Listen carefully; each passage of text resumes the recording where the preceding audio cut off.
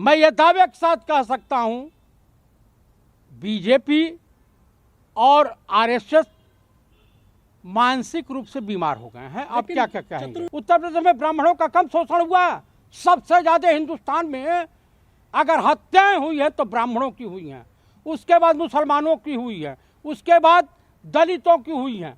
आप बताइए कि कम से कम अगर कोई अपना धर्म परिवर्तन करना चाहता है, वो बिकनी गर्ल थी, कौन गौतम नाम है, वो किसी मंदिर में गई थी, अर्चना गौतम, उसे मंदिर में प्रवेश नहीं करने दिया। क्यों भाई, वो इंसान नहीं है। और मैं सनातन धर्म के तमाम ब्राह्मणों से अनुरोध करता हूं कि ये जो दुकानदारी कथावाचकों की चल रही है, इसको बंद होनी चाहिए। जिस दिन से मंदिर के दान पेटी में पैसा चढ़ना बंद हो जाएगा, उसी दिन से इन पुजारियों की और ये कथावाचकों की और साधुओं का दिमाग ठंडा हो जाएगा। आपको अंकिता भंडारी वाला कांड नहीं दिखाई देता, आपको सेंगर वाला नहीं दिखाई देता, आपको चिमयानंद वाला तेल मालिश नहीं दिखाई देता, आपको हाथरस की घटना नहीं दिखाई देती। तनी एक बार शिवराज सिंह चौहान से पूछ लिए, उनका लड़का पढ़ता है अमेरिका, यहाँ भाषण दे रहे हैं, पिंगल पढ़ा रहे हैं देशवासियों को। आप बताइए, सेना में किसी नेता का लड़का गया है आज तक? देखिए, वो हनुमान जी के भक्त हैं, उनको बाबा साहब से, गांधी जी से, सुभाष चंद्र बोस से और देश से कुछ लेना देना नहीं है। वो अपनी दुकानदारी चला रहे हैं। मोहन भागवत जी जैसा कह रहे हैं, जैसा इशारा कर रहे हैं कि बीजेपी की लोटियां डूब रही है, तो तुम ही सहारा बनो। क्योंकि आरएसएस के इशारे पर अन्ना आंदोलन हुआ था, जिसकी पैदावार आम आदमी पार्टी है। आपको बता दूं, उस आंदोलन में विनोद राय ने कहा कि कैग घोटाला हुआ, कोल घोटाला हुआ, इतने में बिकता तो इतना फायदा होता, इतने नीलामी होती तो इतना भारत सरकार को फायदा होता। आखिरी में उन्होंने माफ़ी मांगा। उसके बाद सुब्रमण्य स्वामी, उनको राज्यसभा बनना था, वो भी बन गए। किरण बेदी, उनको मुख्यमंत्री बनना था, लेकिन लेफ्टिनेंट गवर्नर पे अटक गई। और सबसे उस्ताद अगर कोई निकला तो केजरीवाल निकले। धीरे से यहाँ चुनाव लड़के आम आदमी पार्टी बना लिया। लोकपाल लागू हुआ है, कहीं कुछ लागू नहीं हुआ है। ये बताइए, मोहल्ला क्लिनिक, स्कूल, किसी नए स्कूल का निर्माण हुआ है? बिल्कुल नहीं हुआ है। रही बात मोदी जी में, माननीय प्रधानमंत्री नरेंद्र दामोदर दास मोदी और केजरीवाल में होड़ लगी हुई है कि सबसे बढ़िया जुमलेबाजी, ठगी, झूठ और फरेब और फेंकना कौन जानता। कंपटीशन दोनों लोगों का चल रहा है। रहा गुजरात का मामला, तो गुजरात में कहीं सभा में आजकल उस पर ट्रेंड कर रहा है। मोदी जी का भाषण हो रहा था, उन्होंने कहा कि तोड़ो और राज करो, ये हमारी परंपरा है। मैं ये दावे के साथ कह सकता हूं, बीजेपी और आरएसएस मानसिक रूप से बीमार हो गए हैं। अब क्या क्या कहेंगे। जो बुद्धिज्म, जो बौद्धिस्ट हो रहे हैं आरएसएस से, बीजेपी से प्रताड़ित लोग हैं। भाई देखिए, किसी का शोषण आप कीजिएगा, चाहे वो दलित हो, बैकवर्ड हो या अपर कास्ट हो। उत्तर प्रदेश में ब्राह्मणों का कम शोषण हुआ, सबसे ज़्यादा हिंदुस्तान में अगर हत्याएं हुई है तो ब्राह्मणों की हुई हैं, उसके बाद मुसलमानों की हुई है, उसके बाद दलितों की हुई हैं। आप बताइए कि कम से कम अगर कोई अपना धर्म परिवर्तन करना चाहता है, वो बिकनी गर्ल थी, कौन गौतम नाम है, वो किसी मंदिर में गई थी, अर्चना गौतम, उसे मंदिर में प्रवेश नहीं करने दिया। क्यों भाई, वो इंसान नहीं है। ईश्वर इंसानों में भेदभाव करता है, सूरज भेदभाव करता है, हवा भेदभाव करती है। जब हवा, सूर्य देवता और जल देवता या गंगा मैया भेदभाव नहीं कर सकती हैं, करती हैं, तो इन फिरका परस्ती ताकतों को क्या भेदभाव करने का अधिकार है। आपको मैं बता दूं कि मंदिर में ये जितने पुजारी और साधु फर्जी बैठे हुए हैं, इसमें 90% अपराधी प्रवृत्ति के लोग हैं। वो नरक का भागी तो वही बनेगा। उसको तो जितने लोग धर्म परिवर्तन किए हैं, ऐसे कथावाचक को उतार करके फेंक दें, इसका बहिष्कार करें। और मैं सनातन धर्म के तमाम ब्राह्मणों से अनुरोध करता हूं कि ये जो दुकानदारी कथावाचकों की चल रही है, इसको बंद होनी चाहिए। जिस दिन से मंदिर के दान पेटी में पैसा चढ़ना बंद हो जाएगा, उसी दिन से इन पुजारियों की और ये कथावाचकों की और साधुओं का दिमाग ठंडा हो जाएगा। देखिए, आजकल बच्चा पैदा करने के लिए मोहब्बत करवाने का ठेका कथावाचक ले रखे हैं और तथाकथित साधु कई पकड़े भी गए, जैसे राम रहीम है, आसाराम है। तो बीजेपी के नेताओं को तो भाई, बीजेपी में तो काफ़ी बलात्कारी पाए जाते हैं। उनके यहाँ बलात्कारी को संस्कारी कहा जाता है, उनके वहाँ नक्सली को संस्कारी कहा जाता है, उनके वहाँ तरीपार को संस्कारी कहा जाता है। तो क्या कीजिएगा, आप रोक पाएंगे? बीजेपी में एक ऐसी मशीन लगी हुई है, बलात्कारी जाए या कोई भी जाए, अपराधी जाए या नक्सली जाए या आतंकवादी जाए, उसमें धूल करके वो देशभक्त हो जाता है, राष्ट्रभक्त हो जाता है। आग देखिए, जब आग लगती है तो धुआं तभी उठता है।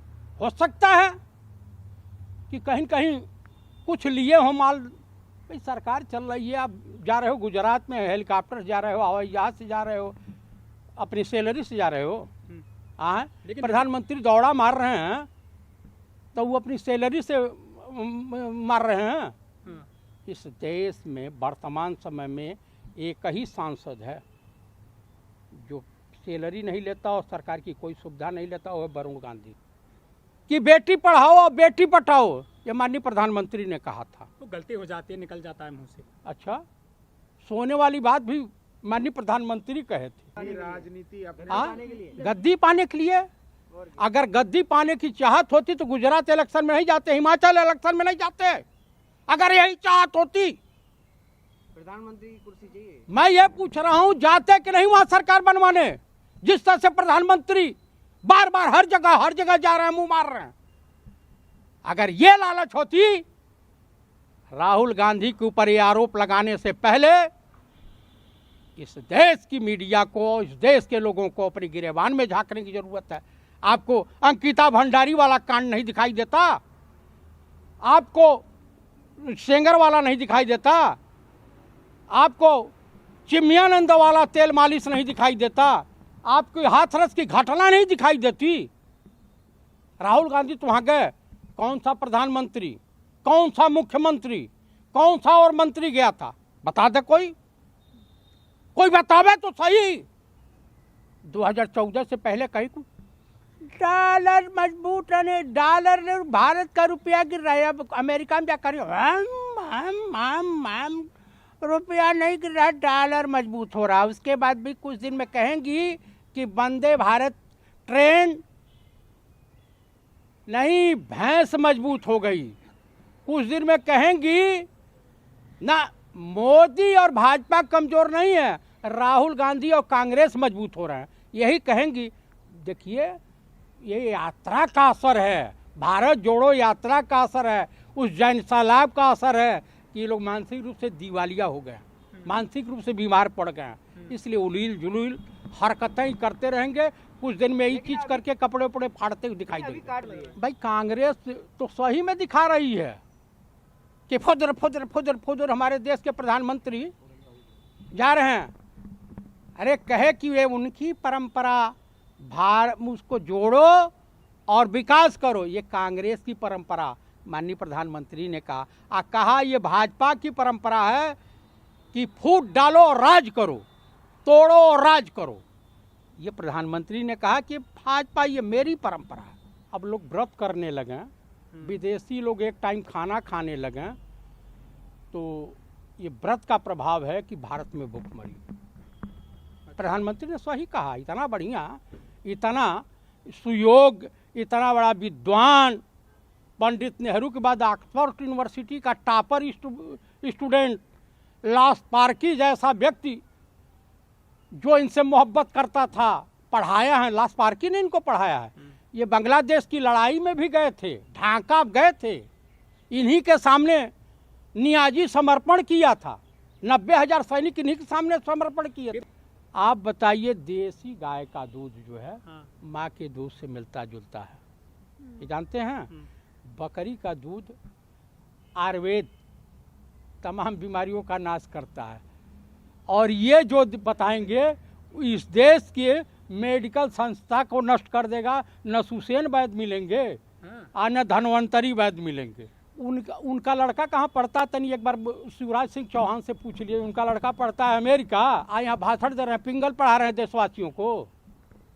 आप बताइए, सेना में किसी नेता का लड़का गया है आज तक? इस देश में नेता का लड़का मजदूरी करता है। क्रिकेट के बारे में जानकारी है, बीसीसीआई के जनरल सेक्रेटरी हैं। वाह, गांगुली को निकाल दिया गया, परिवारवाद को खत्म कर देंगे। हाँ, तो जैसा किसके लड़के हैं? अमित शाह के हैं। और अनुराग ठाकुर किसके लड़के हैं? प्रेम कुमार धूमल के। राजनाथ सिंह के भी लड़के विधायक हैं। ये जो सिंधे हैं मुख्यमंत्री, इनके भी लड़के हैं। तो कहाँ परिवारवाद? भाजपा में तो कम से कम 70-80 तो परिवारवाद का प्रमाण मिल जाएगा। मोदी जी प्रकांड विद्वान हैं।